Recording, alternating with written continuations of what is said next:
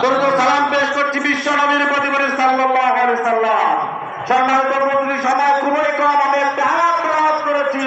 আল্লাহ রাব্বুল আলামিন আল্লাযিনা আমানু ইউকাতিলুনা ফি সাবিলিল্লাহ, যারা ঈমানদার তারা সংগ্রাম করবে আল্লাহর রাস্তায়। আমরা কি ঈমানদার? ঈমানদারের মাঝে কি ঈমানদারের মাঝে কি সমস্ত ঈমানদারগুলো আছে, এটা বলা দিল ইনশাআল্লাহ।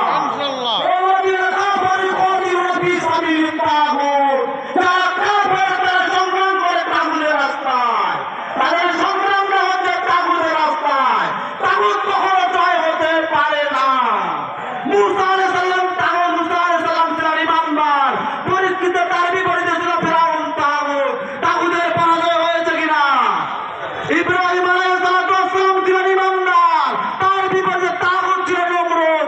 নমরুদ শেষ হয়ে গেছে কিনা? বাংলাদেশে হাসিনা এবং ফেসি ছিল তাগুত, বাংলাদেশ জামাত ইসলামী ইসলামী ছাত্র শিবির ইমানদার। আপনারা বলুন ছাত্র শিবির